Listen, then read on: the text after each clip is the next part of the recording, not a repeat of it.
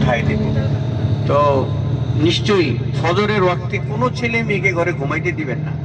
যদি দেন দুইটা জিনিস হবে, একটা হচ্ছে আপনার ঘরের বরকত নষ্ট হবে, আরেকটা হচ্ছে আপনার ছেলের জীবনটা নষ্ট হবে বা মেয়ের জীবনটা নষ্ট হবে।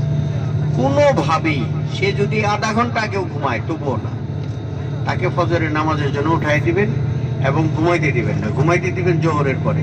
ফজরের পরে যে ঘরে ঘুমায় সেই ঘরে বরকত আসবে না। আমাদের ডান পাশে সব হচ্ছে মিনার তাবু। এখানে আল্লাহ আমাদেরকে প্রত্যেককে একবার হলেও আসার এবং থাকার তৌফিক দাও আল্লাহ, তুমি ব্যবস্থা করে দাও। এখান থেকে কাউকে মাহরুম করো না আল্লাহ তুমি। তো আমরা সামনের দিকে যাচ্ছি, দেখেন একেবারে সামনের দিকে ছাতার মতো দেখা যায় আর কি, আর উপরে উঠে ভালোভাবে দেখা যাবে ছাতার মতো।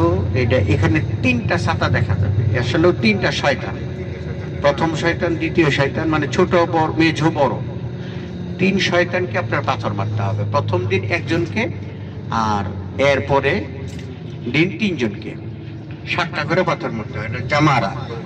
আর আমরা এখন ডান দিকে চলে যাব, আপনারা বামের দিকে তাকায় দেখবেন জামারা। মসজিদের খায়াত, মসজিদ খায়াত, এই যে সামনে একটা মসজিদ আছে, এখানে অনেকগুলো নবীর কবর আছে এবং এখানে নবীরা অনেক নবী ছিলেন। মসজিদের খায়াত, বাম পাশে একটা মসজিদ আছে, আর বাম পাশে জামারা, ওই যে তাকায় দেখেন ছাতার মতো বাম পাশে জামারা, ছাতার মতো। ওই ডাইন দিকে এগুলো হচ্ছে আপনার স্কেলেটর। বাম পাশে ছাতার মতো এখানে তিনটা আছে। আর ডানে তাকায় দেখেন এখান থেকে সব তাবু দেখা যায় ডান দিকে একদম লম্বা। হ্যাঁ, বাম দিকে যে, হ্যাঁ এটাই হচ্ছে, এটা বলতে ছাতার মতো যেটা, ছাতারে এরকম তিনটা ছাতা আছে, এটাই জামানা। হ্যাঁ হ্যাঁ হ্যাঁ, আর 4টা না।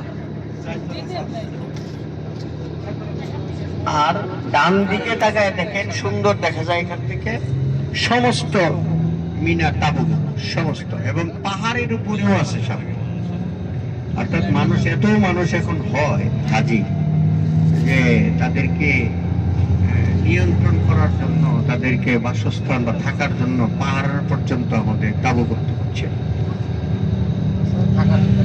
যাই হোক, আলহামদুলিল্লাহ, আল্লাহর অশেষ মেহেরবানি, আমরা জাবালে সুর, জাবালে রহমত, আরাফা, মিনা, মুজদালাফা, জামারা সহ যা কিছু দেখছি সেখান থেকে আমাদেরকে নসিহত নেওয়ার ব্যবস্থা আল্লাহ করেই দিবেন। আমরা আমাদের জীবনে, আমাদের পারিবারিক জীবনে, ব্যক্তি জীবনে, অর্থনৈতিক জীবনে